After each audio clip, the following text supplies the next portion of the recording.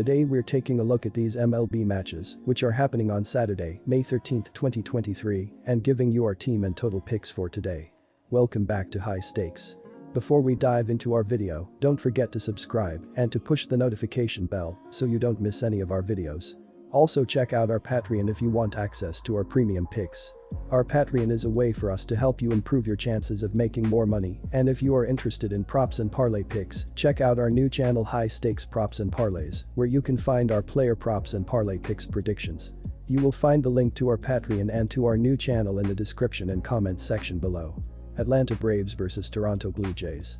Atlanta won 3 of 5 against AL East foes Baltimore and Boston, holding on to its significant lead in the NL East. 13 games over .500, the Braves appear to be legitimate World Series contenders again this year. Atlanta averages 5.38 runs per contest, 5th, and hits .262, 7th, with a .804 ops, 2nd.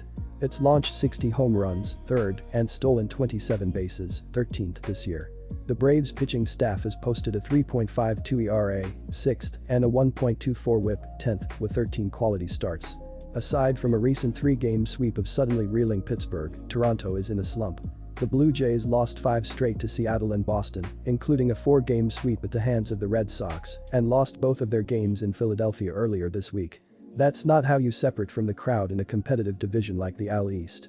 Toronto scores 4.81 runs per game, 10th, and hits .256, 11th, with a .744 ops, 13th. It's hit 42 long balls, 15th, and stolen 27 bases, 11th, in 2023. The Blue Jays pitching staff has posted a 4.09 ERA, 13th, and a 1.27 WHIP, 13th, with the most quality starts, 19, in MLB. I'll take Atlanta at even odds on Saturday in Toronto. The Braves are 6-1 in their last 7 road games versus a team with a winning record, 8-2 in their last 10 interleague road games, and 7-2 in their last 9 road games versus a right-handed starter. Atlanta is hitting an impressive .274 on the road this year, with a .3470 BP, .501 SLG, and .848 OPS, 18 GP. It has the best record on the road, 15-3, in MLB, and is 4-1 as an underdog this season. That's enough to pique my interest, especially against a Jays team that's 3-7 in their last 10 prior to Friday's game. Plus, Barrios has been inconsistent on the mound in 2023, surrendering 17 earned runs on 26 hits in 3 outings and 5 runs on 16 hits in his other 4 outings. Toronto's pen, 4.02 ERA and 17 HR surrendered, isn't exactly elite, either. Our team pick is Braves money line. Barrios will make his 8th start of the season on Saturday afternoon. He earned a victory for his performance in his last outing against the Pirates, 2 runs on 5 hits and 7 Ks in 6.1 innings. It was a significant bounce-back showing from the 28-year-old, who gave up 5 earned runs on 11 hits, including 2 long balls, in his prior start against the Red Sox. Barrios has a 41.8 KBB ratio this season. Our total pick is over. St. Louis Cardinals vs Boston Red Sox. The Cardinals snapped their 3-series losing streak with a series win over the Cubs. They will try to keep the momentum going with a win over the Red Sox, which will give them their 4th win in their last 5 games. St. Louis is averaging 4.45 runs per game. Their .258 batting average is 9th in the league. Their .328 on-base percentage is 11th, as is their .418 slugging percentage. Paul Goldschmidt leads the Cardinals with a .306 batting average, while Nolan Gorman leads the team with 8 home runs and 24 RBI. St. Louis's pitching hasn't been good, with the team giving up 5 runs per game. Opponents have a .278 batting average against the Cardinals, which is 28th in the league. Their 4.64 ERA is 21st, while their 1.49 WHIP is 27th. In his last start, Matz gave up 5 hits and 1 run in 5.1 innings, leading to a 12-6 win over Detroit. They will need a similar effort from him if they want to win this game. The Red Sox have won 9 of their last 11 games and 6 of their last 7 home games. They are playing well offensively at home, scoring 26 runs in their last 3 home games. They will continue playing well offensively in this game because they hit the ball well against left-handers, and Matz hasn't looked good on the mound this season, especially on the road where he has given up 6 runs in 2 starts. He gave up 10 runs in his last 3 starts against the Red Sox and will have a hard time slowing them down in this game. The Cardinals have won 3 of their last 4 games, but they've lost 7 of their last 10 road games. Even though they've struggled on the road, they are playing well offensively, scoring 13 runs in their last 3 road games. But they will struggle offensively in this game because Sale has done a good job on the mound at home for Boston, giving up 2 runs in 2 home starts. He gave up 1 run in his lone start against the Cardinals and will keep their offense in check once again. Go with Boston to cover the money line. The Red Sox played well over the past week and they've won 9 of their last 11 games. They will try to keep the momentum going with a win over the Cardinals, which will give them their 10th win in their last 12 games. Boston is averaging 5.68 runs per game. Their .269 batting average is 4th in the league. Their .340 on-base percentage is also 4th, as is their .448 slugging percentage. Alex Verdugo leads Boston with a .308 batting average, while Rafael Devers leads the team with 11 home runs and 34 RBI. Boston's pitching hasn't been good, with the team giving up 5.11 runs per game. Opponents have a .260 batting average against the Red Sox, which is 24th in the league. Their 4.89 ERA is 26th, while their 1.34 WHIP is 18th.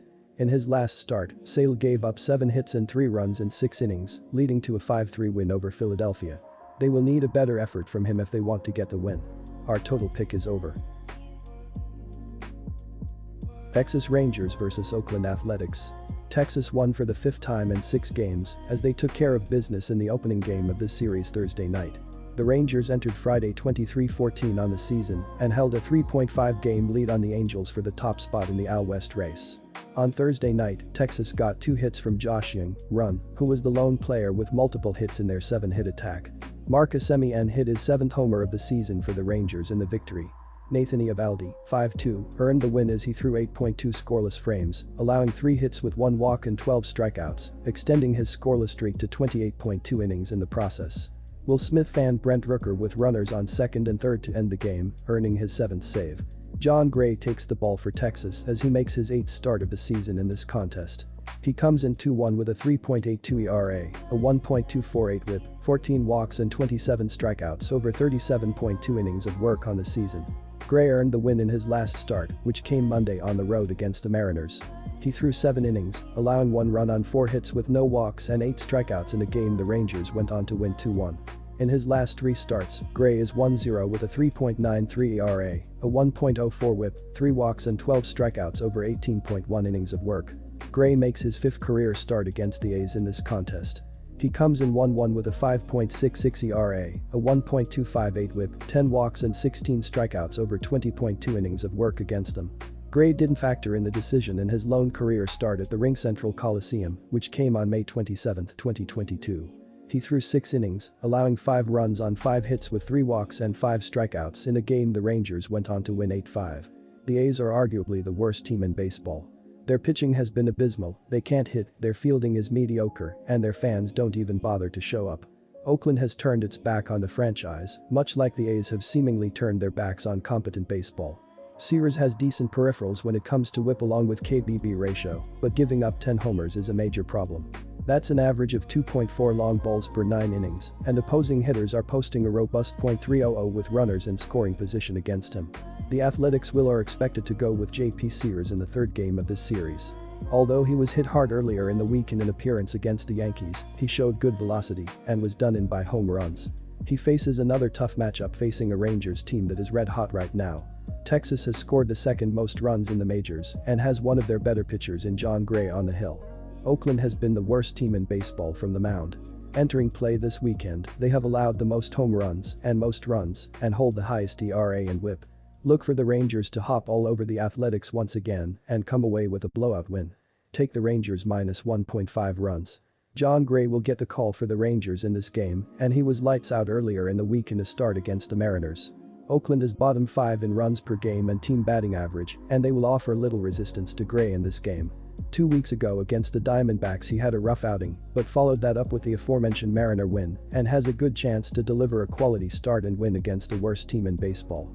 The total number has gone under in 4 of Texas's last 5 games overall and 5 of 7 against opponents in the American League West. I expect the Rangers to put up a nice number and Gray to shut down the Athletics. Take the under. Los Angeles Angels vs Cleveland Guardians. The Los Angeles Angels are still very much alive in what has been a relatively quiet start for much of the AL West division. The Angels are within 3 games of first-place Texas and are ahead of the perennial division winners, the Houston Astros. The Angels followed up a recent 5-game winning streak by losing 4 of their last 5 games heading into this series, including the final 2 games of their series with the Astros. On Friday night, the Angels battled back from a 2-0 deficit and then again 4-3 in the ninth inning to pull out a 5-4 win. The Guardians are hitting just .214 against left-handed pitching this season. They have particularly struggled at home this season, hitting just .208. Detmers has pitched better on the road than at home this season, and his high strikeout percentage and low walk rate should be able to keep the speedy Guardians off the bases. In addition, while Quantrill is coming off a one-hitter, overall, he's been rather ordinary this season and has struggled to put hitters away with a career-low strikeout percentage. The Angels are also hitting .255 on the road this season, which includes 19 home runs in 19 games away from home. The Guardians only have 19 home runs as a team this season. Take the Angels. The Cleveland Guardians have lost 6 out of the last 10 games heading into this series as the team's offense continues to flounder. Cleveland has scored just 13 times in this current homestand, which includes the team being shut out twice. The Guardians have gone 3-3 in that time, thanks to the team's starting pitching. On Friday night, after taking a 4-3 lead in the bottom of the 8th, closer Emmanuel Clase couldn't hold it in the 9th, and the Guardians fell 5-4 to drop the series opener. Our total pick is over. Pittsburgh Pirates vs Baltimore Orioles. Before Friday's game, the Pirates came into Baltimore with only one win in their last 10 tries. They've managed to cling to the NL Central's top spot because the rest of the division is also struggling, but rewinding to April performance-wise will put them in the driver's seat early. Offensive struggles were chief among Pittsburgh's issues lately, as they were putting up 1.5 runs per contest over that 10-game span. Predictably, a lot of their numbers are also awful in that stretch, a .566 ops and .181 batting average chief among them. Pittsburgh is great at drawing walks though, and their 10th best OBP will always provide them chances to get runs across.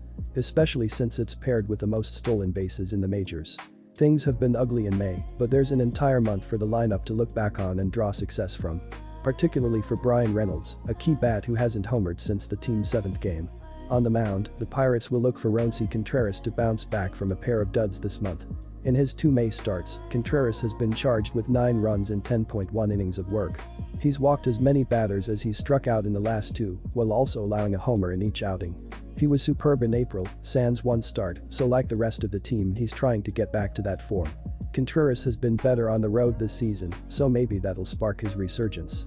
If he's not sharp, a reliever group that's been solid at limiting runs will have to stop the bleeding in this one. There is a massive difference in the run differential throughout the month of May, as both teams have played 9 games thus far. Pittsburgh has a -38 run differential, while Baltimore has a +4 run differential so far.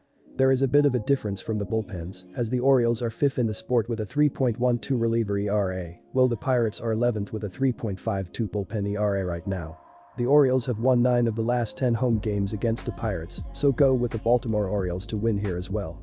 It seems as if it's a lot of fun to root for the Orioles right now. The team is young, the team is winning, and the organization is embracing every reason why the fans love the squad. It begins with the offense, as Baltimore is 6th in runs per game. They're similar to the Pirates in that the Orioles get on base often, 6th in OBP, 3rd in walk rate, and steal many bases, 3rd. Baltimore has Pittsburgh beat because they have a higher slugging percentage and a lower strikeout rate, making themselves consistently tough outs. The Orioles' bats were a bit quiet in the 5 games leading up to this series, only averaging 2.4 runs per game in that stretch. However, those 5 games were also against the only 2 teams above them in the standings, who both excel at pitching.